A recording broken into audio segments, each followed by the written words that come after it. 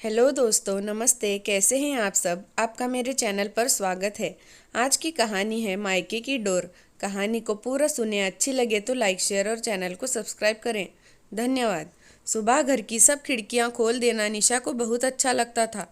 खुली हवा, ताजगी और आदित्य देव की रोशनियों में वह अपने मन के खालीपन को भरने की कोशिश करती। हर दिन नई उम्मीदें लाता है। निशा इस नैसर्गिक सत्य को जी रही थी, लेकिन माँ जी को यह कहाँ पसंद आता। शक संदेह के चश्मे से बहू को देखने की उनकी आदत थी। बिना सोचे समझे वे कुछ भी कह डालती। किस यार को देखती है जो सुबह सुबह खिड़कियां खोलकर खड़ी हो जाती है।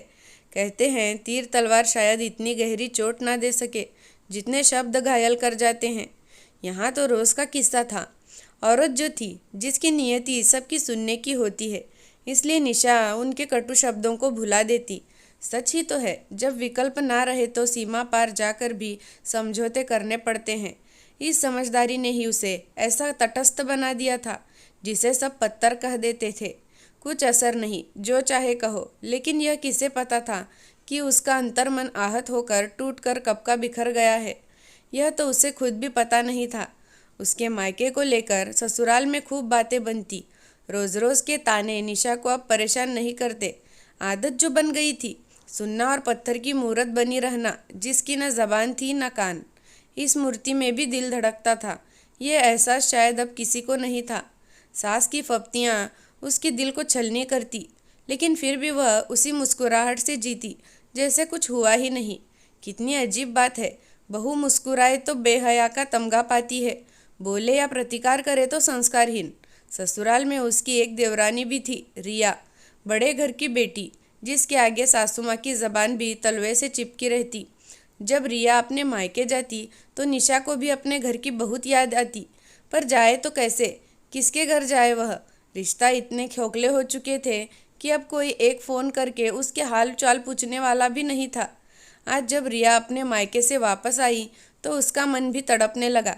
सासू माँ उसके लिए लाए उपहारों, कपड़े, गहनों को देखकर फूली नहीं समा रही थी। रह रहकर निशा को कोसना जारी था। रिया निशा को अपने कमरे में ले आई, उसे अपने पीहर के मज़ेदार किस्से सुनाने लगी। निशा जैसे अतीत में खोने लगी। अपनी भाभी के कड़वे शब्द उसे फिर याद आने लगे। महारानी जब चाहे मुंह उठाकर चली आती है, जैसे बाप ने करोड़ों की दौलत छोड़ रखी है। प्रिया जा चुकी थी। दोपहर का समय था, इसलिए उदास मन के साथ निशा बिस्तर पर सुस्ताने लेट गई। अतीत की यादें, कटु स्मृतियाँ चलचित्र की तरह मन मस्तिष्क में साकार होने लगी। पापा दुनिया से विदा हुए तो पीहर का रास्ता हमेशा के लिए बंद हो गया। माँ बचपन में ही गुजर गई थी। पापा ने ही दोनों भाई बहनों को संभाला था। यह सच था कि उन्होंने कभी माँ की कमी महसूस नहीं होने दी थी। निशा ने छोटे भाई को ऐसा ही ममता भरा प्यार दिया जैसा बच्चा अपनी माँ से उम्मीद करता है। उम्र में वह 3 साल बड़ी भी थी, लेकिन बचपन से उसे बड़ा भी तो बना दिया था। मासूमियत छिन गई, लेकिन भाई रोहन भी उस पर जान छिड़कता था। समय पंख लगाकर कैसे उड़ गया कि पता ही ना चला। गुड्डे गुड़ियों से खेलते हुए कब बड़े हो गए। पापा जल्दी से अपनी जिम्मेदारियों से मुक्त हो जाना चाहते थे। राज का रिश्ता आया। इंजीनियर, सुंदर सौम्य स्वभाव, प्रतिष्ठित परिवार, बस पापा को और क्या चाहिए था। झट से रिश्ता पक्का कर दिया। निशा खुदगर्ज नहीं थी। उसे अपनी शादी के अरमान खुशी तो दे रहे थे, लेकिन पापा और भाई का ख्याल उसे बेचैन करने लगा। वह विदा हुई तो फिर कौन संभालेगा घर को? नारी के बिना घर घर नहीं हो सकता। भाई के प्रति असीम प्रेम और पिता के स्नेह को समझकर निशा ने जिद पकड़ ली। मैं शादी करूंगी तो एक ही शर्त पर, भाई की शादी भी उसके साथ हो। किसे पता था कि यह प्रेम ही आगे समस्या बन जाएगा, सरल जीवन को कठिन कर देगा। रिश्तों में दूरी बढ़ती जाएगी। सबको झुकना पड़ा और 7 दिनों के अंतराल पर दोनों की शादी संपन्न हो गई। निशा ससुराल के लिए विदा हुई तो पीहर में उसकी भाभी आ गई। बहुत खुश थी निशा। कुदरत ने बहुत दिनों बाद कुछ ऐसा सुखद दिया था जिससे उनकी अधूरी जिंदगी पूर्णता की ओर कदम बढ़ाने लगी थी। लेकिन जिंदगी इतनी सरल कहाँ होती है।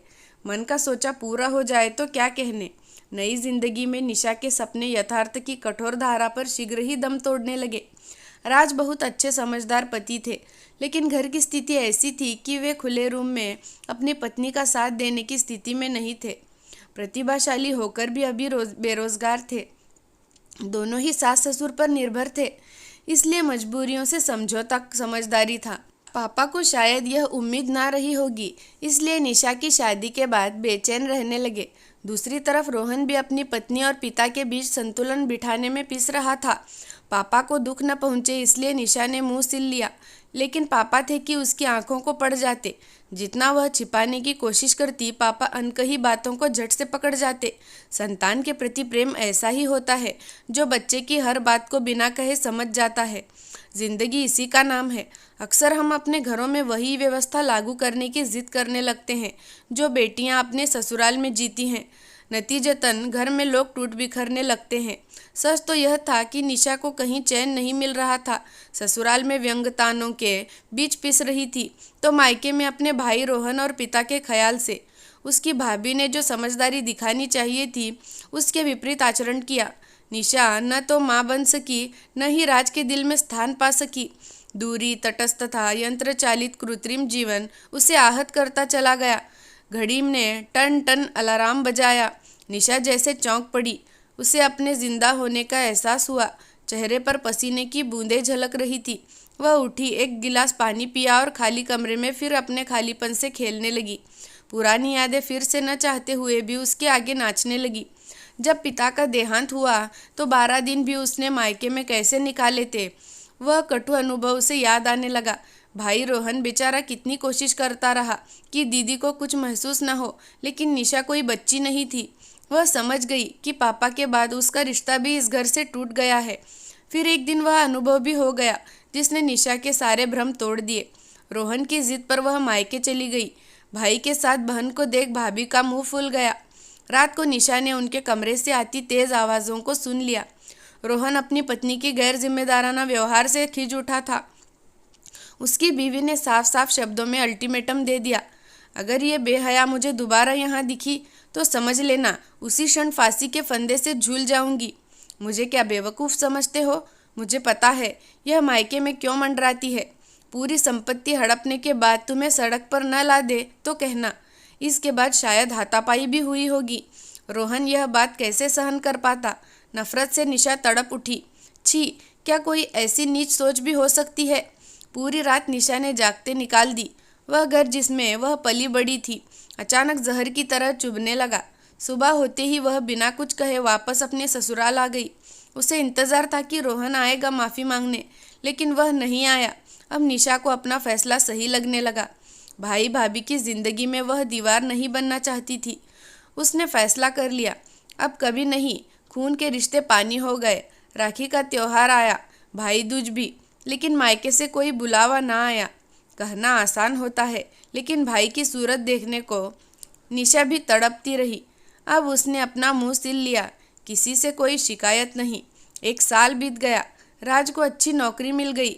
अब निशा की हालत भी पहले से बेहतर होने लगी।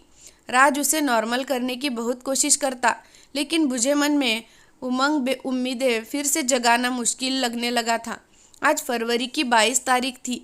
वैसे तो खास दिन, उसका जन्मदिन था, लेकिन यहाँ किसे कदर थी उसकी। सुबह के 8 बजे थे। राज अभी भी सो रहे थे। सासू माँ व्यस्त थी। तभी दरवाजे की घंटी बजी। निशा ने खिड़की से बाहर देखा। अचानक उसका रोम रोम खिल उठा।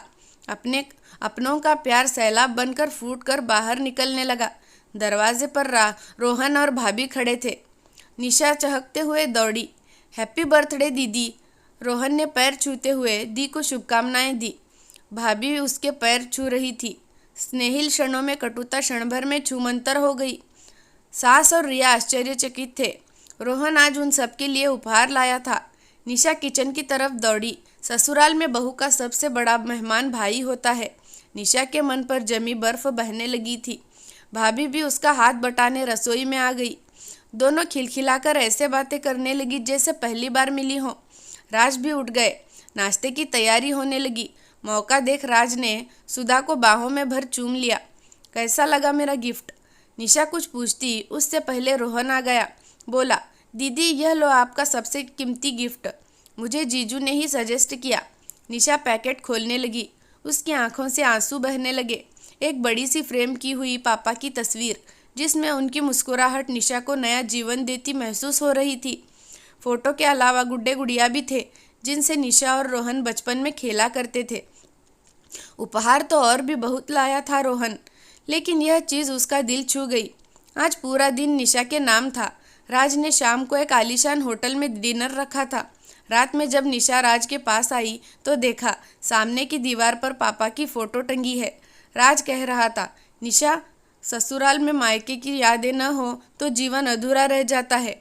अब अपने बेडरूम में आधी चीज़ें मेरी और आधी तुम्हारी, मायके की यादगार वाली होंगी। ओ राज, तुम इतना चाहते हो मुझे। निशा भाव विह्वल हो राज से लिपट गई। निशा चाहने का मतलब यही है कि हम बिना कुछ कहे एक दूसरे को समझे, एक दूसरे की कमी को पूरा करें। तुम अंदर ही अंदर घुल रही थी, लेकिन मैं तुम्हें जीते जी मरता नहीं देख सकता था। बत्ती बुझ गई। दोनों एक दूसरे की बाहों में खो गए। तो दोस्तों, ये थी हमारी आज की कहानी, मायके की डोर। कैसी लगी कमेंट करके ज़रूर बताना। अच्छी लगी हो तो लाइक, शेयर और चैनल को सब्सक्राइब कर देना। धन्यवाद।